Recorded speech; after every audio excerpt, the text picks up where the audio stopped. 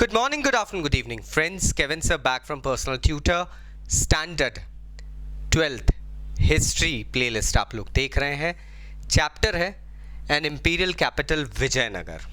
बहुत ही interesting chapter है। टॉपिक जो मैं आपके साथ डिस्कस करने वाला हूं दैट इज द महानवमी डिब्बा।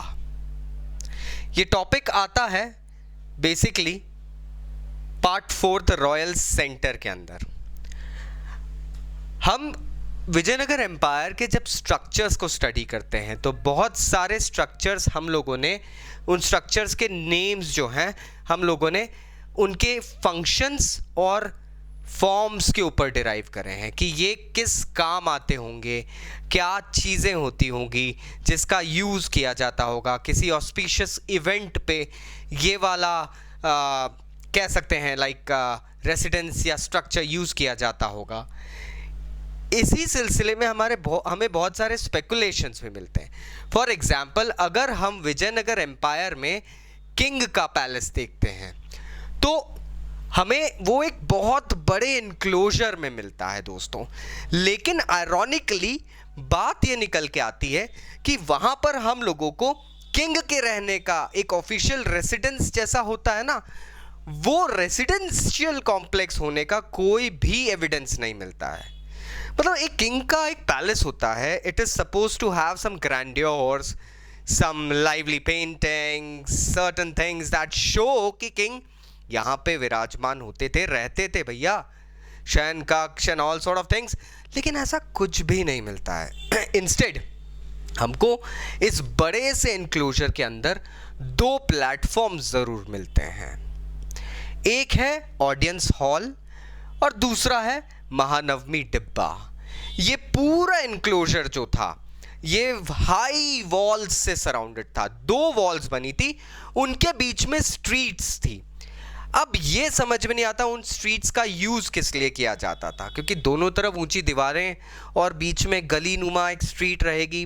But we aren't like aware of such things. What was the usage?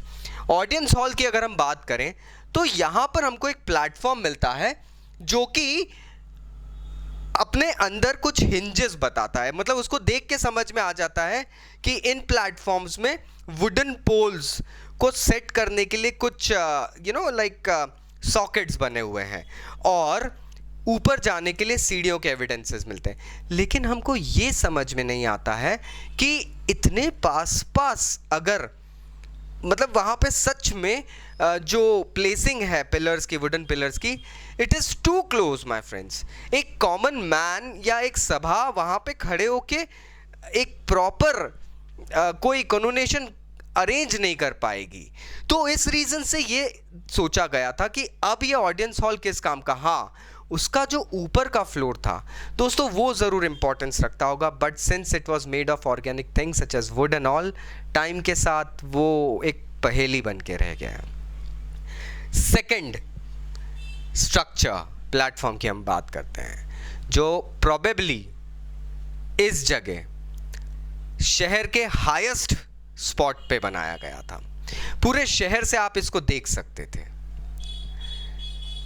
लगभग 11,000 स्क्वायर फीट के एरिया में बना हुआ ये स्ट्रक्चर 40 फीट हाइट में था।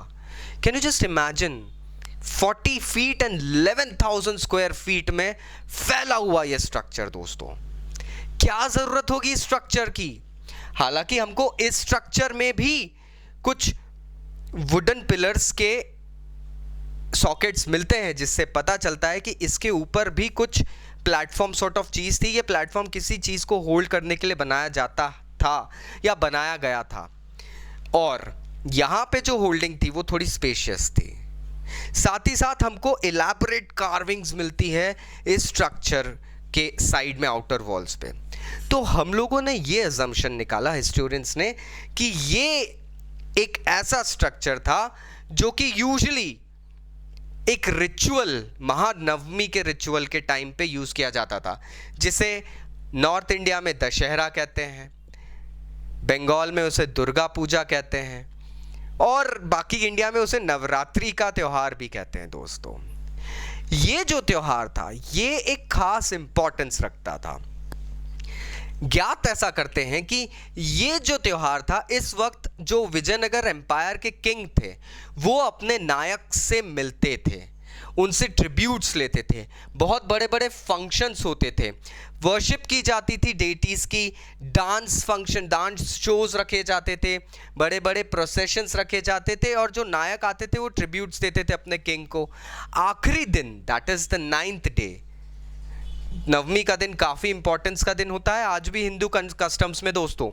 व्हाट हैपेंड, आखिरी दिन पे किंग अपनी नायकों की आर्मी का इंस्पेक्शन करता था, जस्ट एज यू नो आज हम देखते हैं 26 जनवरी 15 अगस्त को हमारे प्राइम मिनिस्टर और प्रेसिडेंट जिस तरीके से हमारी आर्मी का इंस्पेक्शन करते हैं, all sort of things, same way में यहाँ पे भी वही चीज़ हो रही है। सो इट हैपेंस कि किंग की एक अथॉरिटेटिवनेस इस दिन दिखती थी, लेकिन कुछ आर्कियोलॉजिस्ट इस पे डिबेट करते हैं। दे स्ट्रांगली से दैट महानवमी डिब्बा was not such large thing जहां पे ऐसे प्रोसेशंस या डांस फंक्शंस केटर किए जाएं। इसका कोई कनेक्शन सीधे तौर पे ये नहीं दिखाता था कि हाँ महानवमी के टाइम या नवरात्रि के टाइम पे किंग यहीं से बैठ के इंस्पेक्शन करता होगा। एनीवेज, हम जानते हैं आर्कियोलॉजिस्ट के जो भी फाइंडिंग्स होती है, it always leaves us in an enigma, एक पहेली जैसी हो जाती है। बट आई गेस जितना मैंने आपको बताया आपको ये टॉपिक समझ में आया होगा दोस्तों। फिर भी अगर कोई डाउट्स है तो नीचे कमेंट बॉक्स से कमेंट करना मत भूलना। Please go ahead and like the video, share it, subscribe to the channel, or if you want to go ahead and contact me, you can contact me on Insta, you can WhatsApp me, you can get the numbers from the comment box or from the channel. Thank you very much. Take care. Bye-bye.